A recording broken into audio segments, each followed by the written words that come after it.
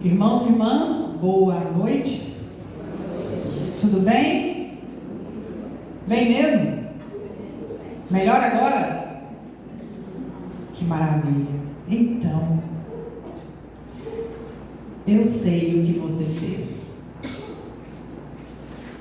Eu vi o que você viu. E vi até o que ninguém mais viu. Só você. Eu ouvi o que você ouviu. Eu senti o que você sentiu. Eu estava com você quando você sentiu as batidas do coração da sua mãe, quando você ainda estava no ventre dela. E ouviu também a voz do seu pai. Ou não. E foi quando você amou pela primeira vez. Eu estava com você quando você decorou a tabuada. Quem aqui decorou a tabuada? Quem conjugou verbos várias vezes até aprender? Eu sou a sua memória. Então eu não vi nada que você viu, tá? É a sua memória. Eu sou a sua memória.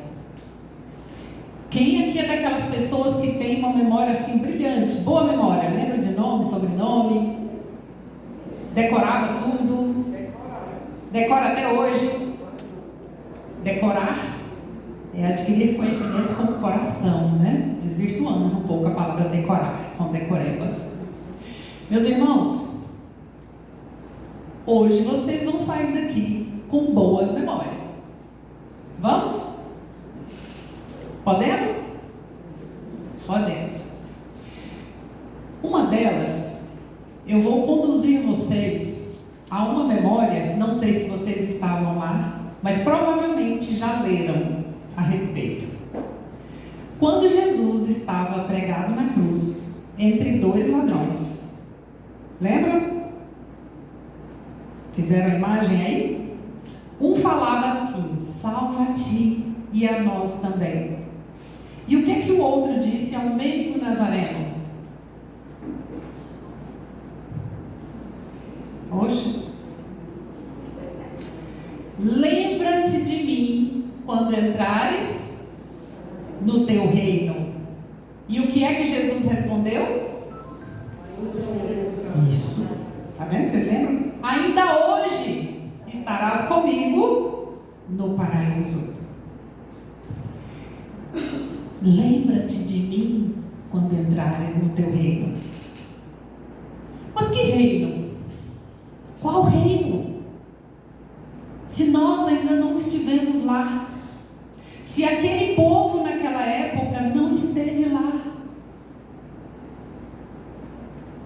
o reino de Deus. E essa é uma memória que Jesus nos trouxe, porque Ele esteve lá e desceu até nós e disse o seguinte: lá é muito bom, lá é melhor do que aqui. Mas as pessoas não tinham nível para entender como era esse reino, tão grandioso que era o reino dos céus. E aí, como é que Jesus, qual foi a estratégia pedagógica que Jesus utilizou para trazer a memória dele para as memórias das pessoas? Ele se utilizou de parábolas. Ele traduziu a memória dele de uma forma mais simples para que aquele povo entendesse. E a partir dessa compreensão, passou-se a ter uma memória adquirida a partir de uma memória de outro. Mas aí vocês poderiam perguntar, mas peraí, funcionou e funciona até hoje. Sempre que nós lemos a respeito do reino dos céus, alguma coisa dentro de nós diz assim: parece que eu já estive lá. E foi justamente isso que aconteceu. Jesus, o Cristo, não inventou uma memória para aquelas pessoas. Ele acordou a memória essencial daquelas pessoas. E despertou e desperta até hoje a nossa memória essencial, porque nós somos centelhas divinas. E isso gerou uma ancoragem. Então, quando Jesus falava, o reino dos céus é semelhante ao semeador que saiu a semear, é semelhante ao pai de família que levantou pela manhã e contratou trabalhadores, é semelhante a uma figueira, é semelhante. Ele fazia uma associação com o nosso cotidiano para despertar em nós a essência verdadeira do lugar de onde viemos e para onde vamos. Até aí tudo bem? Mas então, o que é essa memória? A memória é a capacidade que nós temos de adquirir informações, resgatar informações e até ressignificar informações e, com isso, desenvolvermos habilidades necessárias para o nosso desenvolvimento. Depois vocês procurem nos livros aí outros conceitos. Esse é um. Então a memória pode e deve ser armazenada de maneira inteligente, resgatada com habilidade e ressignificada. Como? Como podemos fazer isso? Outra pergunta que nós vamos responder. Como é que o Espírito guarda memórias de uma encarnação para outra? Uns se lembram, outros não. Se nós não guardássemos memórias no Espírito, nós estaríamos sempre recomeçando do zero cada nova encarnação. Sim ou não? Então guarda essa pergunta aí. Como? Outra pergunta, vamos responder. Como é que nós podemos transformar a nossa vida em uma vida mais feliz, resgatando sempre boas memórias, mais boas memórias do que memórias negativas? Vocês conhecem alguém que está sempre com boas memórias? Deixa eu olhar aqui. A comadre Laudelina está sempre com boas memórias. Tem uma ali também, com o seu nome. Tem uma outra com a mão no rosto ali. Tem uma lá de blusa azul. Dali para frente eu não estou conseguindo enxergar, mas tem uma senhorinha ali que está sempre resgatando boas memórias. Como eu sei disso? A pessoa que está sempre resgatando boas memórias, ela está com essa mesma cara que eu estou aqui agora, ó. Um leve sorriso nos lábios e sorrindo com os olhos. Agora vários quiseram, então tá bom, ótimo. Emília é assim, já viu? Emília é meu esposo. Qualquer hora que você olhar para ele, ele tá assim. Tá assistindo telejornal, tragédia, ele tá assim. Aí um dia eu perguntei para ele, por que você tá sempre com essa cara assim, ó, a situação dele?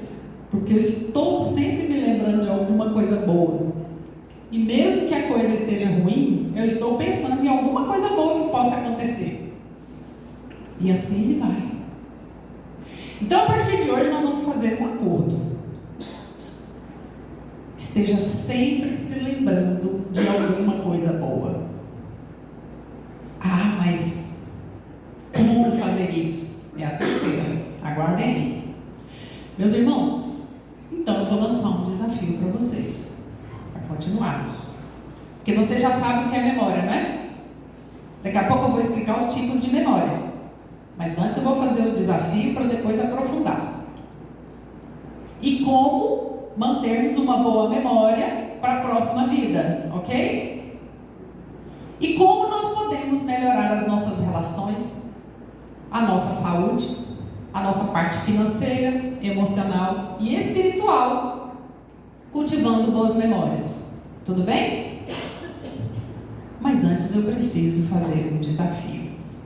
Umas perguntas. Se você é capaz de escolher memórias boas ou memórias ruins, até quando você vai agir da seguinte maneira?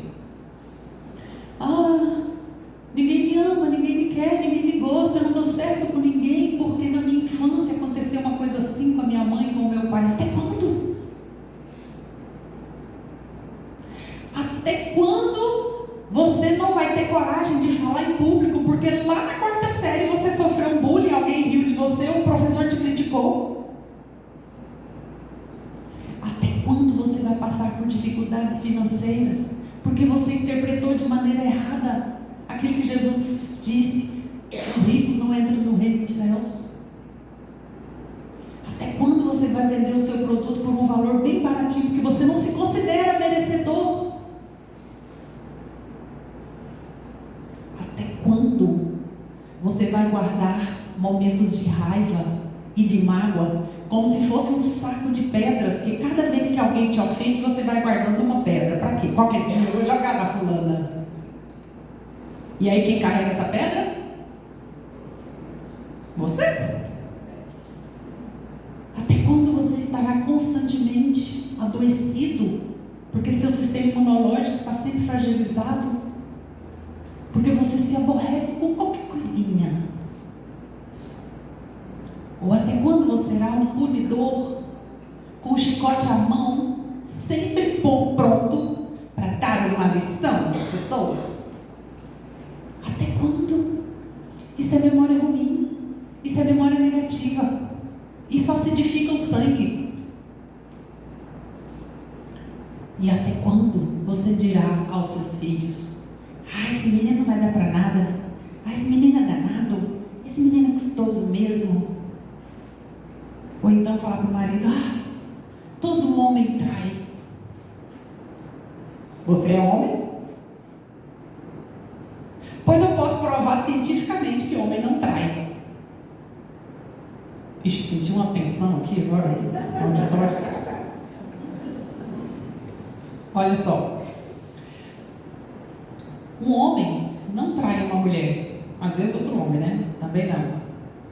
A pessoa trai os próprios princípios de fidelidade. Uma hora um, outra hora outro, sim ou não? Então, ela trai a si mesma, ela trai os próprios princípios. Então, diante desses desafios, vocês já sabem o que é a memória. E como que eu cheguei a descobrir o que é a memória? Venham comigo, olha só.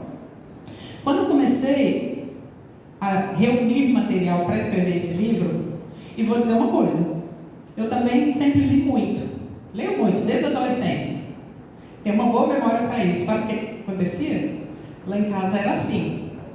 Enquanto eu estivesse com o livro nas mãos, minha mãe gostava muito que a gente lesse. Tinha uma prateleira cheia de livros. Então, se a gente estivesse com o livro nas mãos, não precisava arrumar a casa, nem lavar prato, nem ajudar em nada. Então, aos 12 anos, eu já havia escrito o meu primeiro livro. Então, eu usufruí dessa regra. Não sou muito boa de serviço de casa, não, mas gosto de escrever. Então, voltando, as memórias, elas são organizadas conforme o nosso cotidiano. E aí, lembra que eu falei que eu iria aprofundar? Vocês já sabem o que é memória, não é? Quais os tipos de memória? Quando eu comecei a organizar esse material, sendo professora do terceiro período do curso de medicina, eu percebi que terceiro período, 1 ano e meio, quem que é da área da saúde? Lá pelo terceiro período, eles começam a estudar neurociências. É uma disciplina chamada percepção, cognição e consciência. Então, estuda o funcionamento do sistema nervoso e boa parte da memória. Só que eles ficam assim na beirada, sabe? Estudam o sistema nervoso, os nervos, o sistema simpático, parasimpático, né? O cognitivo e tudo. Quando chega na parte da memória, eles escorrega. E eu fui atrás dos livros. Peguei os tratados, peguei Guyton, peguei Candel, peguei Beer, Lent, que são os clássicos, né? Os livros, né? 800 páginas que escrevem sobre isso. Pensei, então tá bom. Por que eles estão escorregando dessa parte aqui? Como funciona realmente a memória? Na verdade, como espírito, eu queria descobrir como que o espírito guarda as memórias. Onde que eles guardam as memórias? Aí, pesquisando, os próprios livros ficam na periferia. E quando chega no ponto de como essas memórias são armazenadas, organizadas e ressignificadas, adivinha a frase que eu encontrei? Este processo ainda não está devidamente explicado. Esse mecanismo ainda carece de estudos. Falei, agora. Fui atrás dos artigos científicos. Cielo, Lilacs, Medline, não vou perturbar vocês com isso. Fui atrás dos estudos científicos e identifiquei algumas recentes descobertas. E sabe o que eu descobri? Que 80% do nosso cérebro é cola. Os outros 20, entre 15 e 20, não há um acordo, é que contém os neurônios. E esses neurônios, eles fazem sinapses, um com o outro, ou em rede. E quando nós olhamos alguma coisa, ouvimos, sentimos, ou seja, quando os sentidos captam alguma coisa no ambiente, como vocês estão me vendo aqui agora, essas informações vão para o tálamo e o tálamo vai guardar em várias partes do cérebro. Hipocampo, fala hipocampo. Tálamo. Isso. E muitas informações são guardadas na amígdala. Amígdala. Nessa aqui não. Essa aqui agora é a tonsila palatina. Já não facilita, ainda muda o nome, né, gente?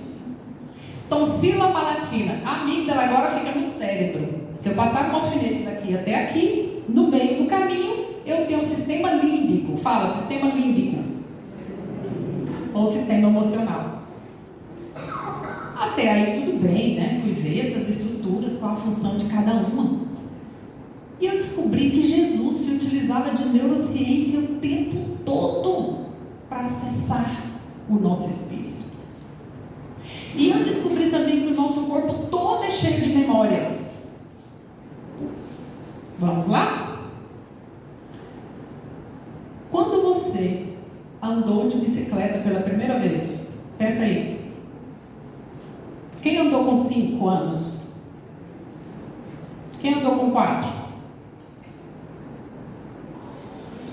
Eu estou pegando pesado a idade, né? Mas quem se lembra quando andou de bicicleta pela primeira vez? Todos, né? Quem ainda não sabe andar de bicicleta. Ainda dá tempo. Vamos lá. Vocês que andaram se lembram quando andaram de bicicleta pela primeira vez?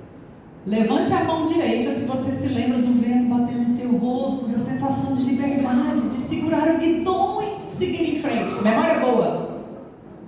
Ok? Agora, quem se lembra do joelho ralado, que caiu, que coisa no dedo? Estão vendo? É sobre isso. Até aprender cai. Pois eu te digo que a partir de hoje você vai se lembrar mais das boas memórias. Quem se lembra do cheiro de pão de queijo feito pela mãe ou pela avó? Lembra? Pois tem gente que lembra só do biscoito frito estourando.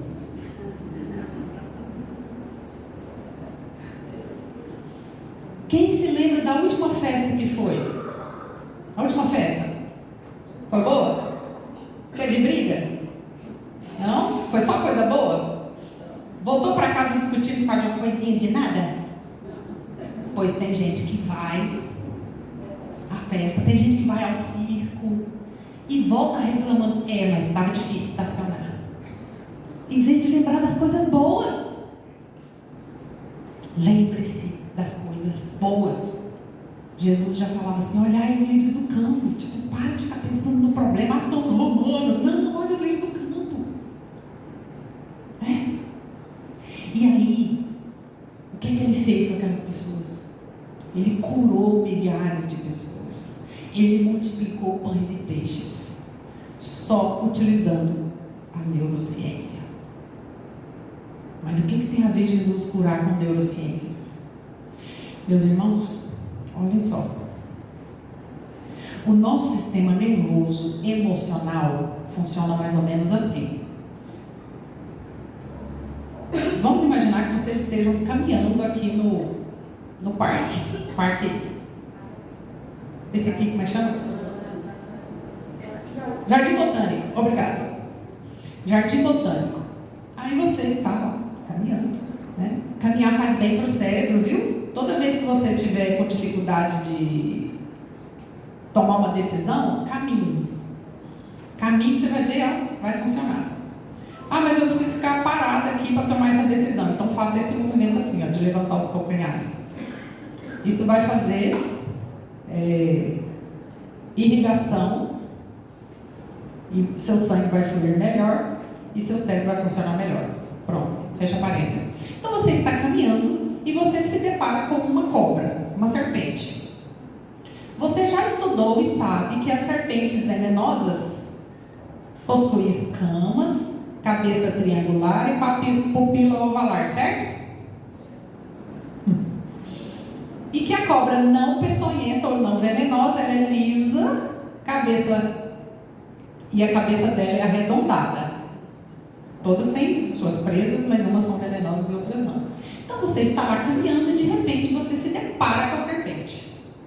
Se você usar o seu córtex pré-frontal, que é a parte responsável pelo cognitivo e pela tomada de decisões, ou se você utilizar o seu hipocampo, que é a parte de memória cognitiva, você vai olhar e falar assim: a senhora realmente tem escamas, a senhora tem a cabeça triangular, as pupilas ovalares.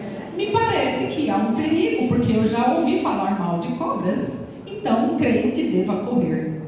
É assim? Como que é? E corre, não é? Milésimos de segundos. Vamos descrever a cena neurologicamente? Então vamos lá. O olho viu a cobra.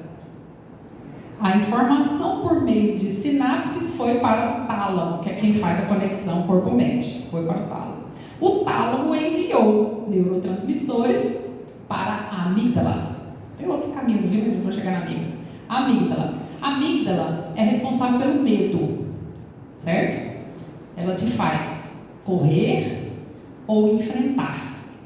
Aí a amígdala cutuca o hipocampo assim e fala assim: é perigoso ou não é? Aí o hipocampo fala: é. Aí o que a amígdala faz? Joga neurotransmissores lá para a glândula suprarrenal. A suprarrenal vai produzir adrenalina, a adrenalina vai chegar pela corrente sanguínea ao coração, o coração vai acelerar, vai jogar sangue para as pernas para quê? Correr. E enquanto isso, vamos voltar a cobra? Voltando. Esse é o circular. Seu olho viu a cobra. A sinapse foi feita com o tálamo avisou para a amígdala. A amígdala falou assim: abra a boca, abra os olhos para puxar ar para o pulmão jogar oxigênio. Aí você faz o quê? É ou não é? Essa é uma situação de luta ou fuga, ok? Agora, essa é uma memória emocional. Então, o que acontece no seu dia a dia, às vezes, que essas memórias de luta ou fuga, de medo ou até de raiva, podem fazer com que você desenvolva um câncer? Vamos ver? Não é uma cobra, mas é alguém que te ameaça como se fosse uma cobra. É um e-mail que você não esperava. É uma bronca do chefe, sei lá. É um cliente que ameaça colocar você nas redes sociais. É uma notícia ruim. É um problema com um familiar que te dá desgosto. Ou você descobre uma traição, alguma coisa assim. é a cobra, não é? Seu organismo vai responder do mesmo jeito. Então, é a prova. Quem é estudante ainda? Está estudando, fazer prova? Sabe por que dá branco? Porque o córtex pré-frontal e o hipocampo, que são responsáveis pelas memórias cognitivas, eles são desligados pela amígdala. Porque a amígdala está vendo a prova como uma ameaça. E aí o sangue vai todo para as pernas em vez de ir para o cérebro. Aí você esquece tudo. Aí terminou a prova, atravessou a rua e falou: aquela resposta era isso. Porque você já relaxou, já tranquilizou. Então, sempre que nós olharmos para algo como ameaçador, perigoso, vai me matar, vai me comer, ou eu devo atacar ou não, o nosso sistema superior não funciona. E se tiver deficiência intelectual, então, aí que com 2 ou 3 palavras a pessoa já parte para agressão. Porque não tem mais argumentos. E por que não tem argumento? Porque não lê. Porque não estuda, porque não para pensar. Então, diante dessas informações, para as memórias cognitivas, ou seja, de raciocínio, eu preciso ler, eu preciso interpretar, eu preciso sim guardar informações, mas eu preciso de cálcio, eu preciso de uma proteína. Tipo chamada AMP cíclico. Fala, AMP cíclico. Oh. Então, essas proteínas e o cálcio, elas ajudam a guardar as informações. Mas para isso precisa ser de forma divertida. Então, se você lê um trecho, ou se o professor é muito bravo, assim, ou se a coisa é desagradável, você não guarda. Mas se você lê um trecho e fala assim, lê um pedacinho e fala assim: a cura não é simplesmente esquecer eventos traumáticos, mas sim trazê-los à tona e lidar com eles de maneira que não cause mais dor. E nossa, interessante isso, vou ler de novo. Sabe, de maneira tranquila, de maneira agradável. Então o estudo, tantos livros tem ali, o estudo de forma agradável vai te fazer aprender muito mais rápido do que memorizando. E é aí que eu falo da memória declarativa e não declarativa. A declarativa é essa que eu estou utilizando aqui agora, lembrando das coisas e falando para vocês. É o número de telefone, é o nome de uma pessoa. Essa é a memória declarativa. Fala, declarativa. Declarativa. Que eu declaro. E a outra é a não declarativa. A memória não declarativa é aquela do hábito, é aquela da prática, é aquela que você colocou em ação. Então, se você já leu, estudou, aprendeu, agora você precisa colocar em prática. De nada adianta você ler sobre gentileza, escrever sobre gentileza, postar no Instagram todos os dias sobre gentileza, cobrar gentileza das pessoas, se você, no cotidiano, não é uma pessoa gentil. Porque o ler, o aprender, o fazer, vem antes do ser. E essa memória praticada, essa ação vivenciada que fica no espírito. Por isso, já viu pessoas, até crianças, que já são naturalmente gentis?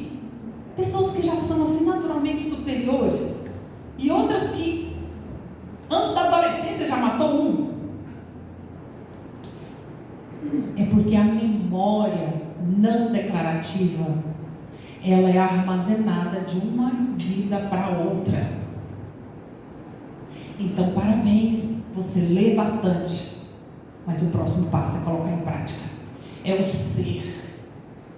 Até que você chegue ao ponto de dizer as palavras que Jesus disse: eu sou o caminho, a verdade e a vida. É o ser. Quem eu sou? Doutora Laudelina gentilmente leu os meus títulos. Mas meus títulos não são quem eu sou. Quem eu sou são a somatória dos meus títulos, o que eu estudei, o que eu aprendi, como eu me relacionei com as pessoas, a minha prática, meus hábitos. Então é isso que o Espírito leva. Então por isso que crianças nascem aí nem sabem falar, mas já sabem tocar piano. Sim ou não? É a memória não declarativa. Eu falo para os meus alunos, a coisa mais importante de vocês quando vocês saírem dessa faculdade não é o que vocês aprenderam, mas é o hábito de estudar, aprender e praticar. Estudar, aprender e praticar. Estudar, aprender e praticar. Eu tinha uma dificuldade danada até para colocar preços nos livros. Eu falava assim, gente, eu não me achava merecedora. Eu falava, mas como que eu vou vender esse livro? As pessoas não compram. Tudo isso eu tive que curar em mim e falar para mim mesma: olha, se você não ir até a gráfica, pagar para imprimir e depois fazer palestras e vender esses livros, como é que essas informações vão chegar até as pessoas? E, então tá bom, então é um projeto maior. Então tá bom.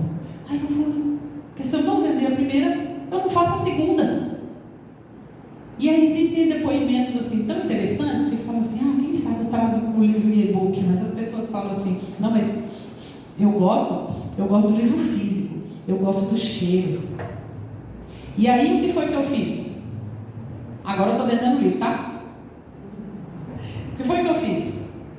A pessoa vai ler o livro, 3 meses depois ela já vai esquecer. Aí o que eu fiz? Eu coloquei atividades para resgatar as memórias. Então, enquanto a pessoa vai lendo as minhas memórias, tem muitas memórias minhas aqui, de como eu ressignifiquei cada uma, ela vai escrevendo as próprias memórias. E aí, quando ela terminar o livro, ela terá escrito o seu próprio livro. Como assim? A minha sogra, aos 40 anos, teve um câncer de mama. E eu falei, dona Angela, você escreva um livro das suas memórias, porque ela sempre contava histórias, de forma animada. E ela foi escrevendo o livro e foi ressignificando cada memória.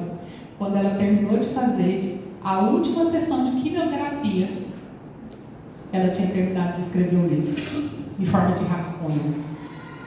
E ela foi levar os exames ao médico, e o médico disse que ela não tinha mais nada. Parece coisa de milagre, né?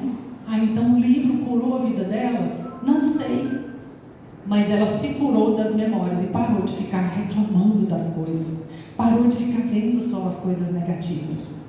E o livro dela, A Vida é Linda e Maravilhosa, e hoje ela já passou dos 80 e continua com esse jargão, A Vida é Linda e Maravilhosa. Então ela saiu ressignificando todas as memórias. E o que Jesus quer de nós? Ele disse, vós sois o sal da terra. Ele massageou o nosso ego. Vós sois a luz do mundo, brilhe a vossa luz. Então, quando Ele nos chamou para levarmos a boa nova, para levarmos o Evangelho, Ele quis dizer, faça isso em todos os lugares onde você estiver. Não seja um cavaleiro do Apocalipse, não fique levando notícias ruins, não fique levando más profecias, isso não vai dar para nada, não, isso vai dar errado. Não, pare com isso. Faça como o anjo Gabriel. Ave Maria cheia de graça. Vocês já falei isso aqui. Se fosse o anjo Miguel, teria falado de outra forma, né? Mas o anjo Gabriel, vai dar tudo certo. Leve luz, leve ânimo, leve força. E todas as vezes que você levar, que as suas palavras forem como uma oração, onde você estiver, você será a luz. E quem leva a luz é o primeiro a ser iluminado. Então, que cada um aqui nessa noite possa sempre resgatar as boas memórias, possa ressignificar as suas memórias e possa tornar cada memória um aprendizado. Porque vós sois a luz do mundo. Muita paz e que Jesus nos abençoe a todos. Obrigada.